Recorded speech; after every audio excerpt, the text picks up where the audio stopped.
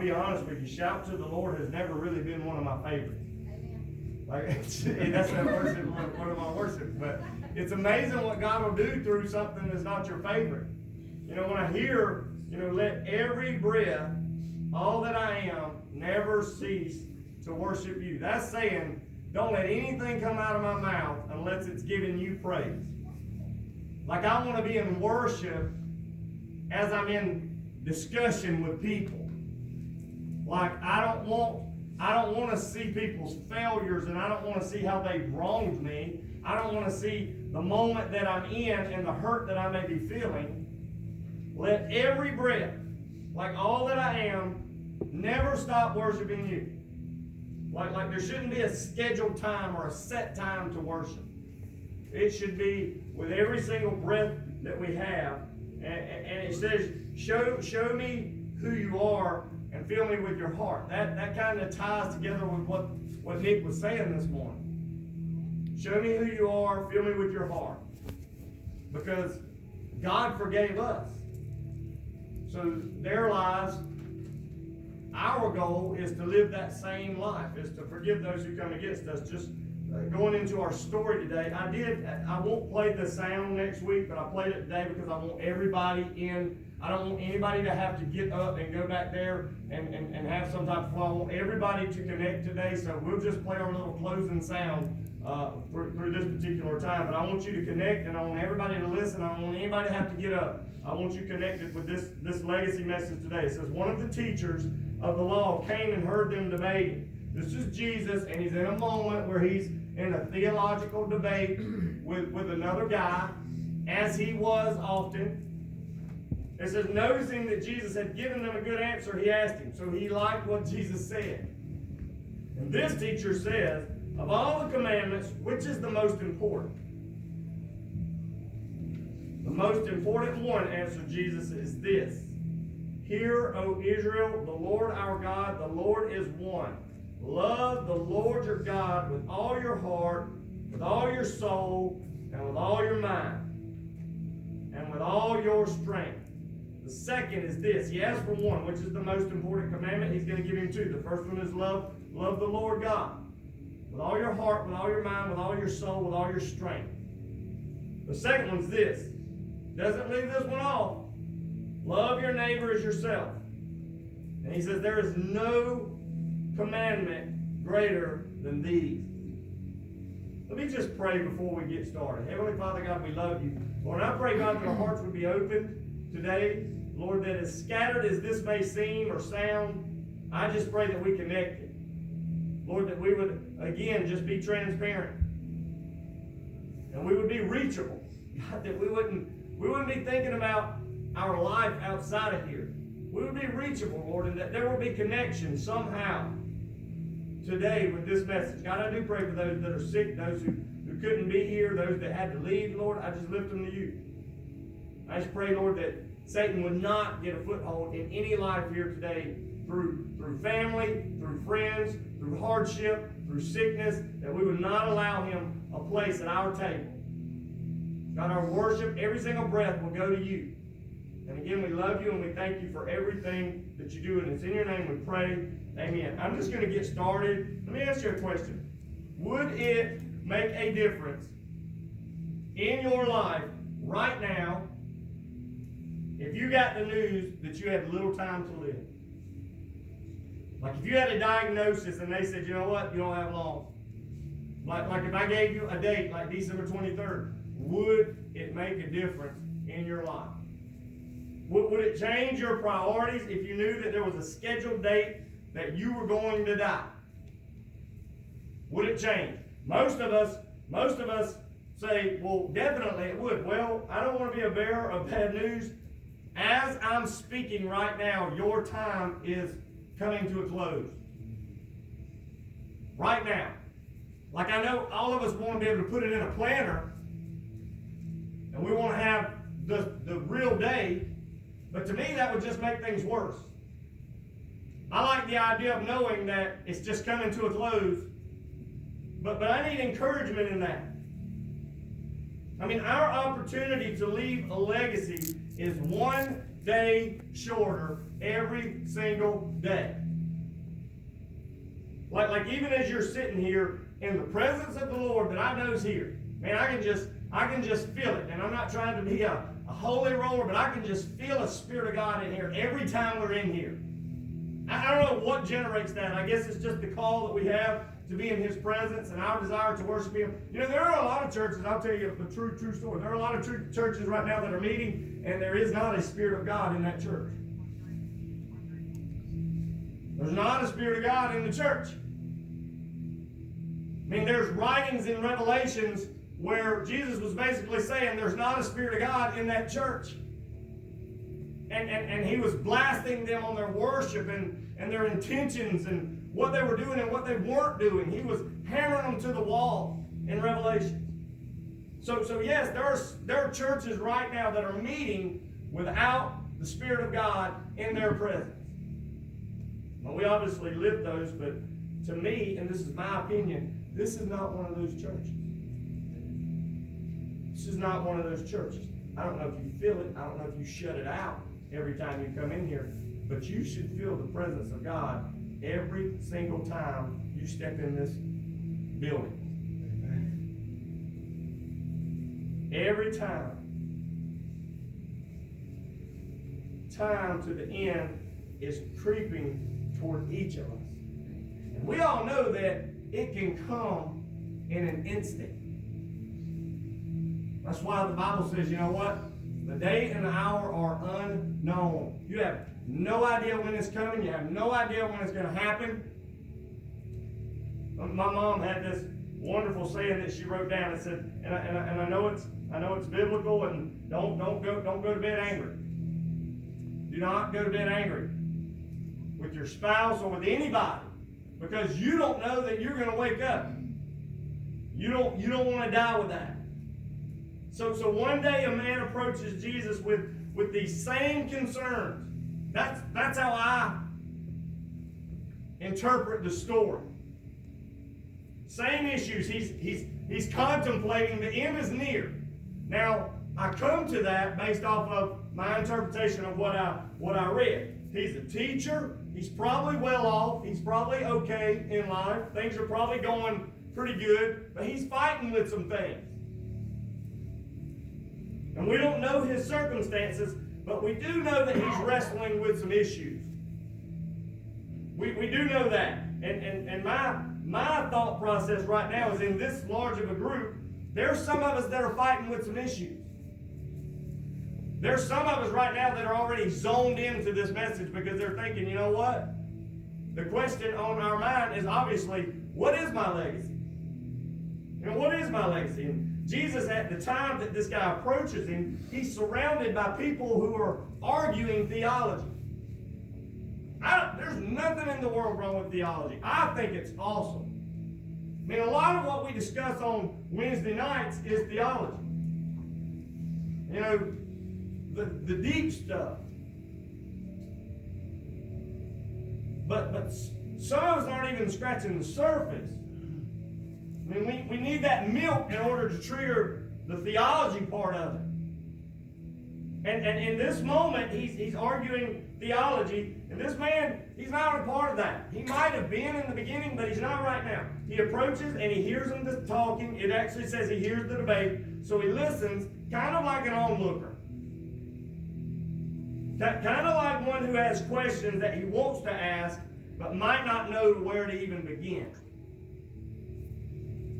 Kind of like somebody who has issues that he or she might be concerned with that might prevent them from being where God needs them to be. Kind of like someone, kind of like a person who knows things aren't right, and he isn't quite sure how to get where he needs to be. I don't know if that's you, but he heard Jesus and he gets straight to the point, because the Bible says that he was impressed by what Jesus said. So he dives right in. He says, of all these commandments, which is the most important? Like, I don't want to be around the bush. I want to do what's most important to you. Of the 10, Give me the one that is of highest importance. Give me the one that most concerns you. And this, in a similar way, was already asked of Jesus. I don't know if you remember that story. And it was obviously asked with the wrong intentions. And the guy comes to him and he says, basically, how do I get to heaven? Final destination. Give me the final destination is what he says. Now, I don't know if you're catching the parallel here. He says, I want to know how I'm there and how I'm in. How do I? Is what he says. Here, Jesus again, he knows the intent of the request just like he did in the previous story. But from here, it's not how do I. It's not final destination. He says, what do you say I do now? Like right now, in my legacy, what do I do now? What is the most important thing that I can do? And how do we know that? Well, the answer is quite different that Jesus gives. And the other one, he started naming off, don't commit adultery, don't commit murder, don't do this. And the guy was like, well, I've done all that. Here, Jesus points the man to one thing for a life of legacy, and that's love. That's love. He says, love the Lord your God with all your heart, with all your soul, and with all your mind, and with all your strength. All your heart, all your soul, all your mind. So in essence, nothing but the Lord should hold all three of those things. And it ties perfectly with shout to the Lord. Let my mouth and every breath never cease to worship you. Let it be with all my heart, with all my mind, and all my soul. This means love the Lord with everything that you have. Everything that you have. It's not a compartmentalized love. Okay, let me tell you, and let me make sure this is where I can pick up in the right place. Okay, let me tell you what a compartmentalized love is. We have a tendency to say wife, son, other son, Jesus, hobby, work. It's all compartmentalized. And we're like 10% here, 10% here, 10% here, 20 here, okay? Because I know that God is more important. But a lot of us are like hobbies, 60%. Okay, I'll give God what I got on Sunday.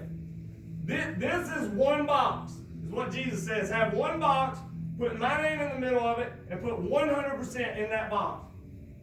Then you can branch out because everything else comes after me. It's not a compartmentalized love. You don't divvy out percentages of your love. You give it all to God, and He manages the rest. Notice what I said. Some of y'all need to write that down. He manages the rest. Not you. He manages it. He makes decisions. And you follow the call. And you follow the message. Man, life would be so much easier if we didn't compartmentalize. Because when we start doing that, we have another compartment down there that's how we treat people. And that's why he said love God and then love people. Most of the time our percentages are already given out by the time we get to the love people part, so we don't have the ability to do that. So my question is, what holds your heart as we dive into this? What holds your soul? What holds your mind? And it doesn't have to be the same thing. Let's break them down. Loving the Lord with all your heart means He's not equal to anything else. Like I'm guilty, especially now, being where me and my wife are right now, I'm guilty of loving my wife more than I love Jesus. Like I find myself worshiping her as opposed to worshiping Him. We do this with other things too. We do this with our children. A lot of us, and there's nothing wrong. Listen, I'm not saying don't love your children and don't love your wife. That's not what I'm saying. I'm saying when you love your children or you love your wife or you love your job or you love your hobbies more than you love God, it's all out of order. And you know what? Calamity is right around the corner. Problems are beginning to surface when things are out of order. So it means you're not equal to anything. Loving the Lord with all your heart that's our affection toward Him. Then it's love the Lord with all your soul. Well, that's your devotion.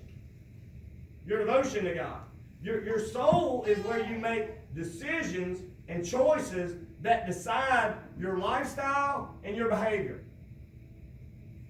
Well, this is where the decision-making process goes down in your soul. And then it goes where? To your mind. It says with your mind, keep your thoughts on Him. Like if we were all thinking of the Lord when we sinned, I don't believe we'd sin. I mean, we might, just out of being self-righteous. But I believe if we were approached by God in a moment of decision making, if we never cease to worship Him, we wouldn't make the mistakes and the problems that we made. If He was constantly on our mind. And all of this part, man, all of this part seems great. And a prosperity preacher would stop here. Like I'd stop here. Well, here comes the hard part. Like that part seemed okay. Like we all know we're called to love the Lord above everything, and we can amen that, and we can nod our heads, and we can be acceptive of that.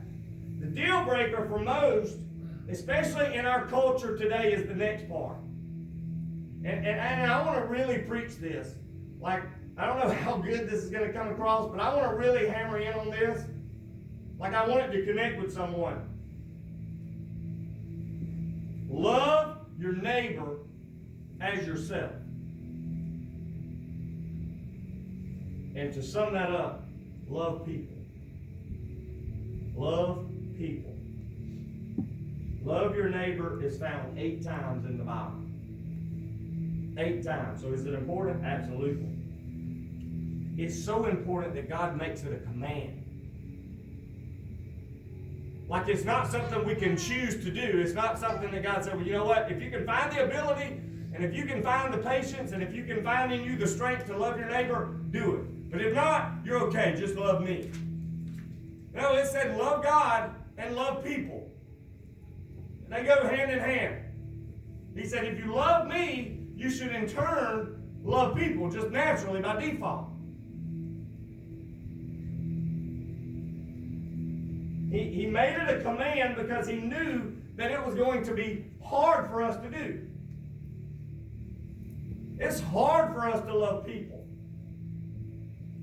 It being a command is actually, though, that's to our benefit. That is a command because we've got to be intentional with it. And we've got to be genuine. And again, we've got to be authentic with it. It can't be fake. We have to be purposeful in our love of our neighbor. Like, to me, this is where our legacy oftentimes takes a hit. Is on the love people part. We're not good, and I'm guilty. So don't think I'm pointing fingers. We're not good at just loving people. And it's tough. It's tough. Now, again, I understand love God. I get that part. But why people? Like, I'm not trying to sound hard. I'm trying to be realistic here.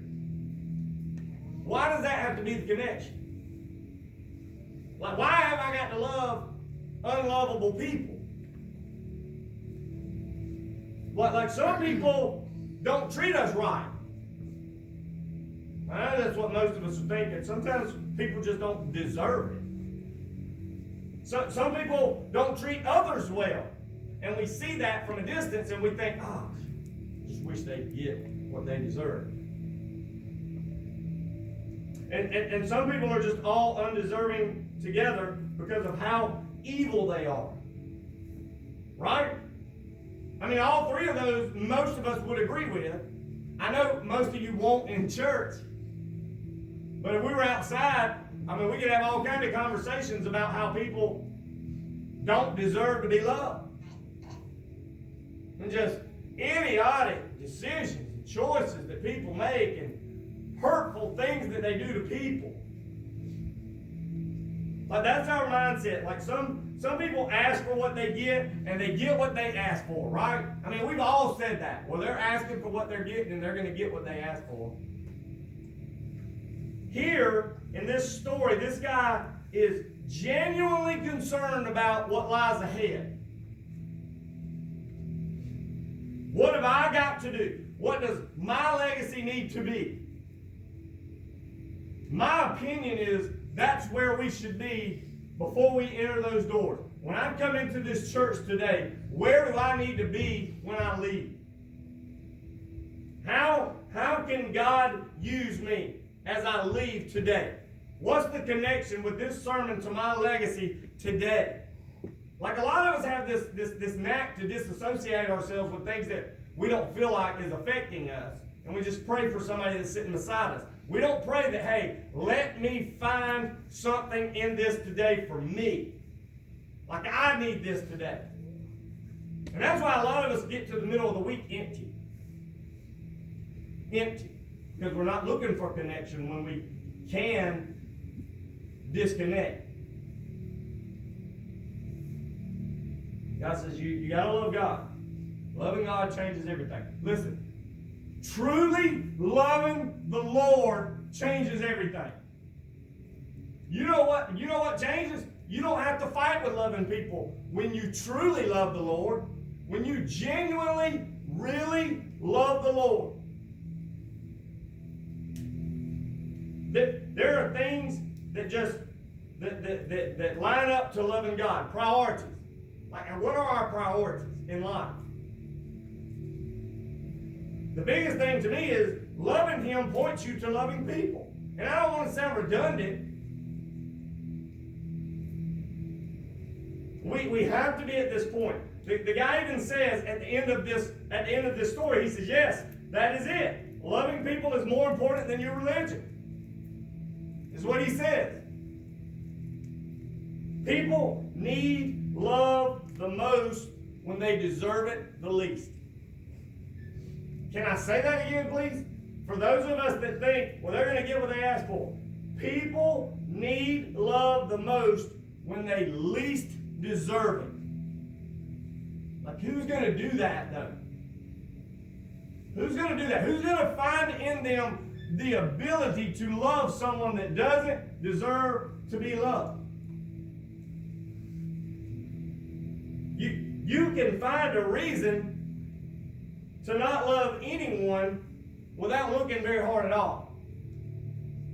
Every single person in this room, I don't care that pew fits your bottom perfectly because you're there every single Sunday and you have conformed it to shape you, and that's your spot, and you're here, Johnny on the spot, every Sunday morning you're in that spot and you're raring to go. I don't care who you are. I can find something unlovable about you. And everybody else in here can too. I mean, you can find things that are unlovable about me. You're going to have to look hard, but you... I'm just kidding. That part right there what makes you not love me. But you can. You can find a reason to not love anybody. However, it takes humility to overlook the reasons to not do it.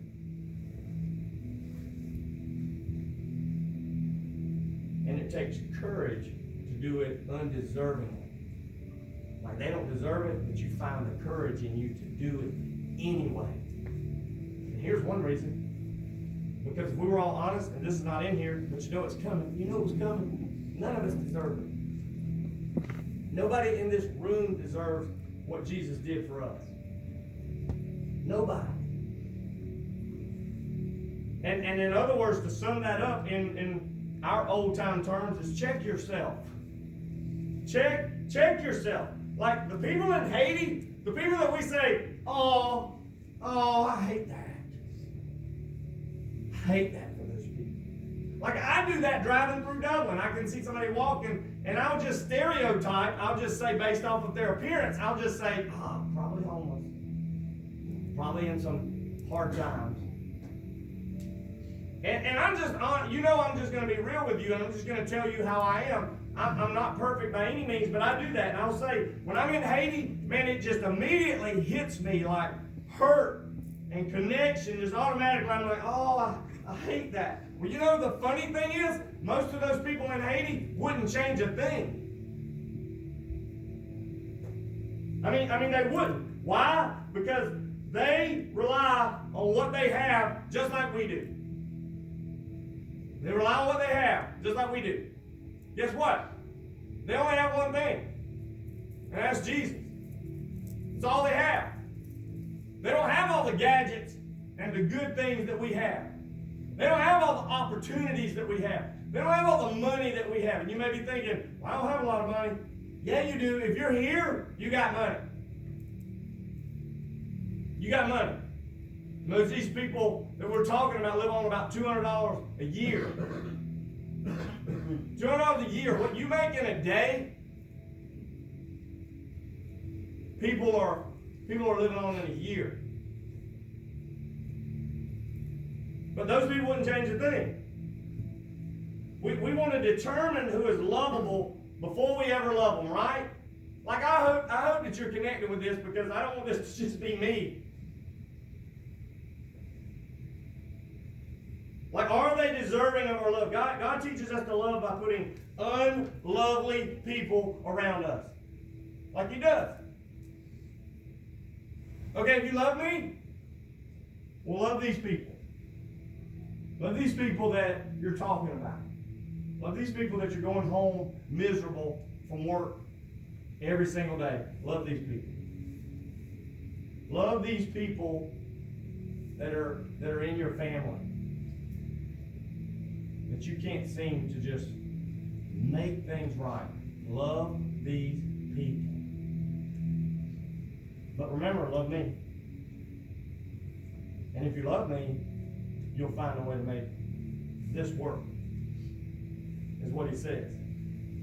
He said, love as I have first loved you. He doesn't want to, the preacher said I had to love you tight. That's not what He wants.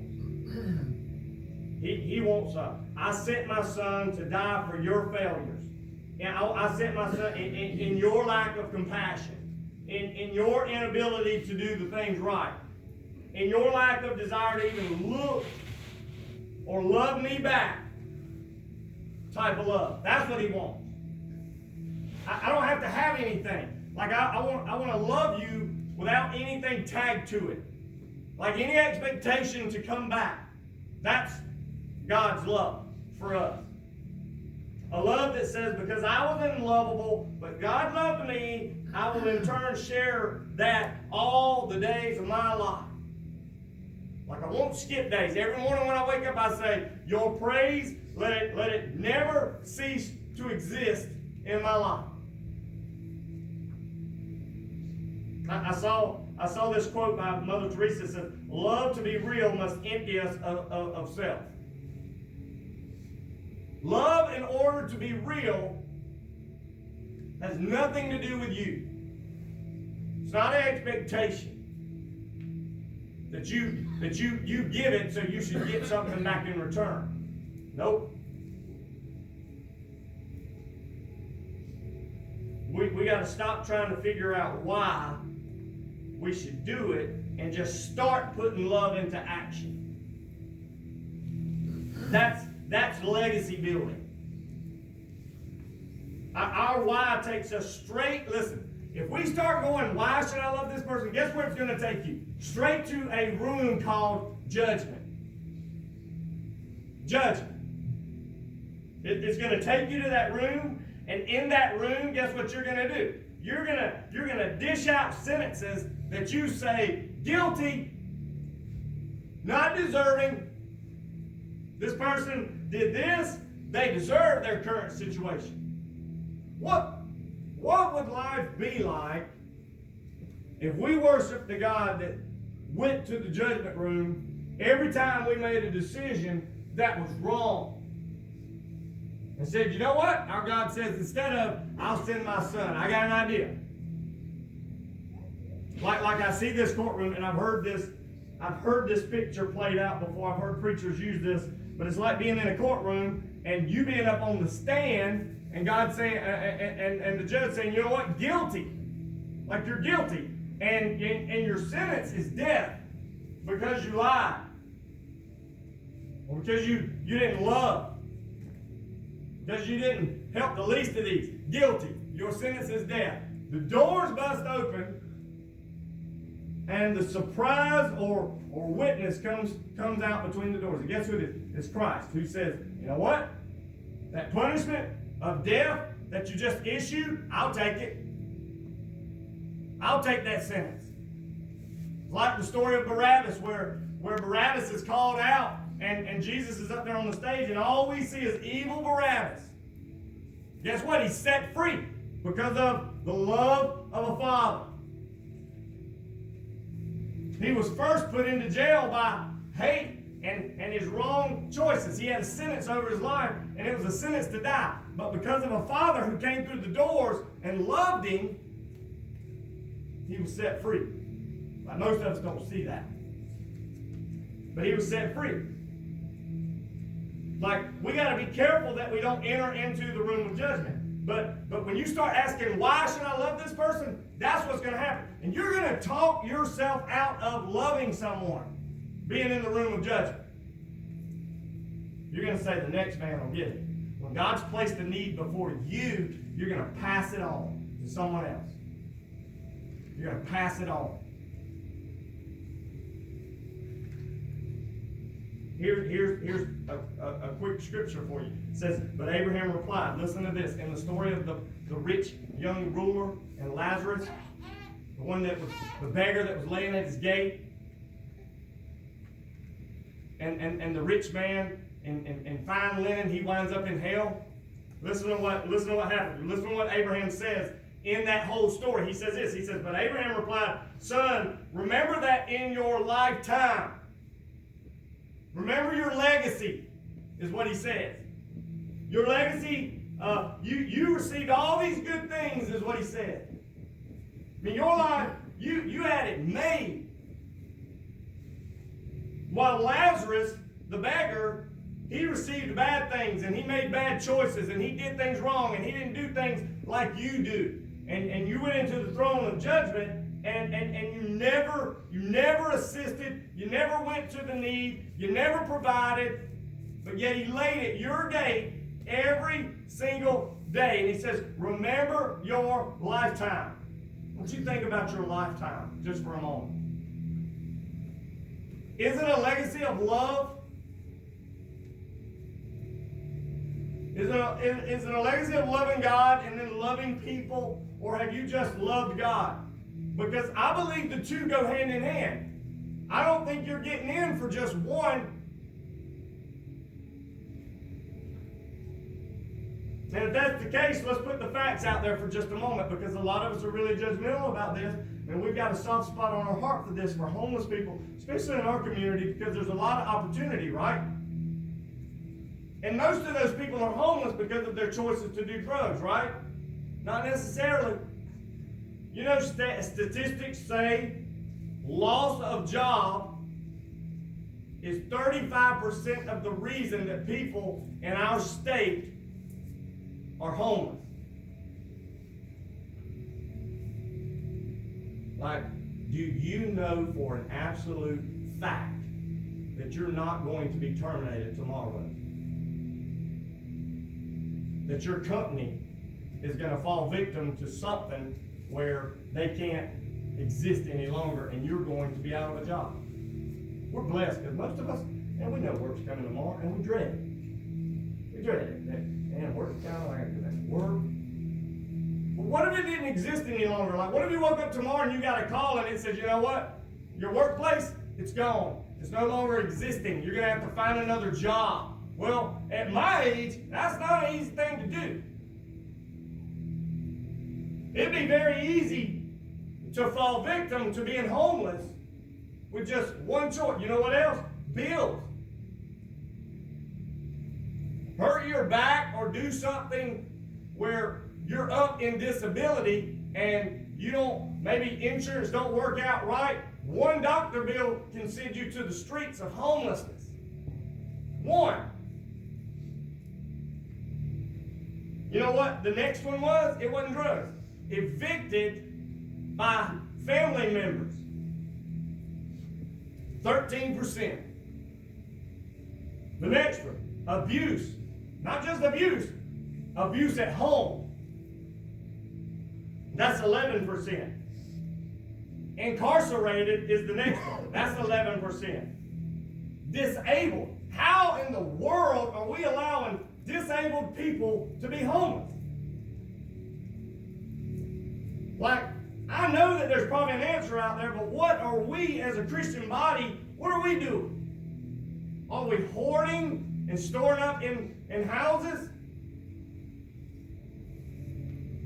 Mother Teresa also said this. She also said that, I like her. She got some good quotes.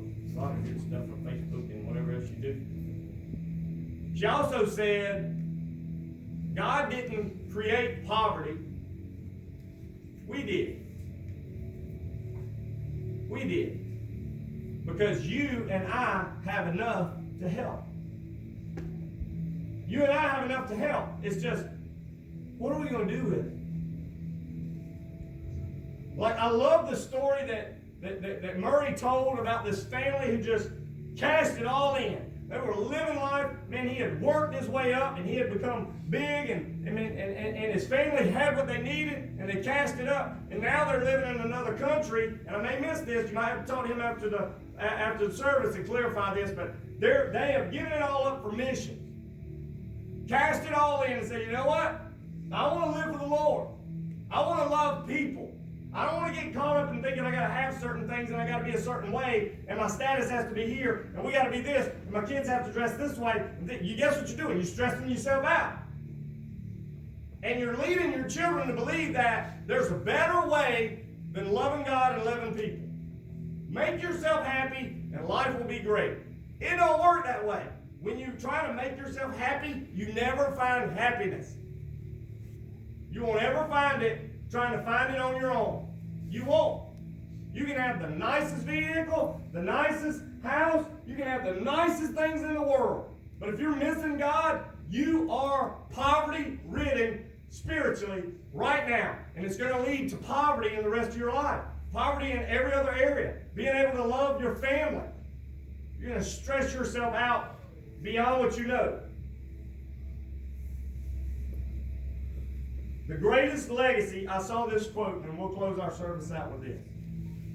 The greatest legacy is one of which, when you are gone and you're in heaven, not your funeral when people are talking about you, but when you're walking the streets of heaven, and you're doing your thing, and you're looking around, and you've already hugged Jesus, obviously, and you're going to find your place, and you have your set of keys, and you're going to your mansion, and you're ready to take your place, and you've seen all your loved ones that have went before you, and you're going to just sit on the couch in eternity, in heaven. The greatest thing is if someone walks up to you in heaven and says, hey, guess what? What? I'm here because of you. You ever thought about that? What if somebody walked up to you in heaven and said, I'm here in this place because of the words that you spoke over my life. I'm here because you chose to love me despite how your life was, despite the hardships that you encountered, despite the money that you had, despite the social place or prominence that you acquired. You chose to love me, and now I'm here because of you. Thank you. There's no greater legacy to leave than to see someone in heaven and them say, you pouring your life out to me changed me, and it allowed me to come be here with the Father. So my question to you is, what are you so caught up in life? Like, what have you been hurt so bad by in your life that you can't find in you the ability to love beyond that circumstance or that situation? That's not on here. That's just for me. What is holding you up from loving God and loving people more importantly?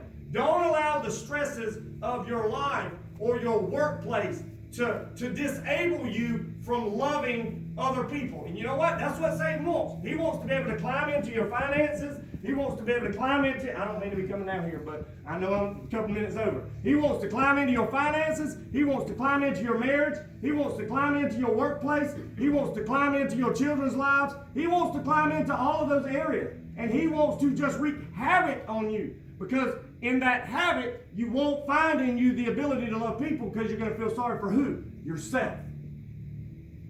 I don't have the ability. I don't have the capacity. I'm exhausted. I'm tired. I just don't have it in me. Life is too hard. Well, what about Christ? Are we not remembering? Because if you love God, the image that I see is you going before the cross and you being at the foot when he was hung on that thing. And God from heaven having to watch this whole thing play out. And him looking back to thieves that deserve to die. You want an example? Here it is. Right there with him. Looking back on a thief that deserves to die and say, you know what? In just a few moments, when we take our last breath, me and you will be walking the streets of heaven. Like, are you that?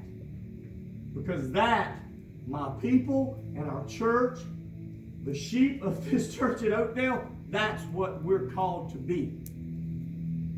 That's when churches do big things. When churches take the unlovable and they bring them in and they provide for them. That meal is far bigger than what you will ever know. Like, I know that a lot of us are just trying to clear our calendar and make sure we don't got nothing to do. But what if it changed eternity for you? What if it changed your whole perspective?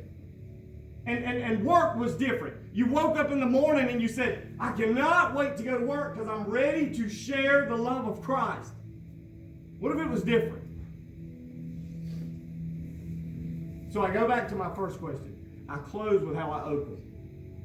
What if you knew right now that your life had a date on it? The end of your life was dated. It was put down. What would you want your legacy to be? I'm going to ask Payne if he would to play this song of invitation, and I want you to just listen to the lyrics. Everyone, heads bowed, eyes closed, please.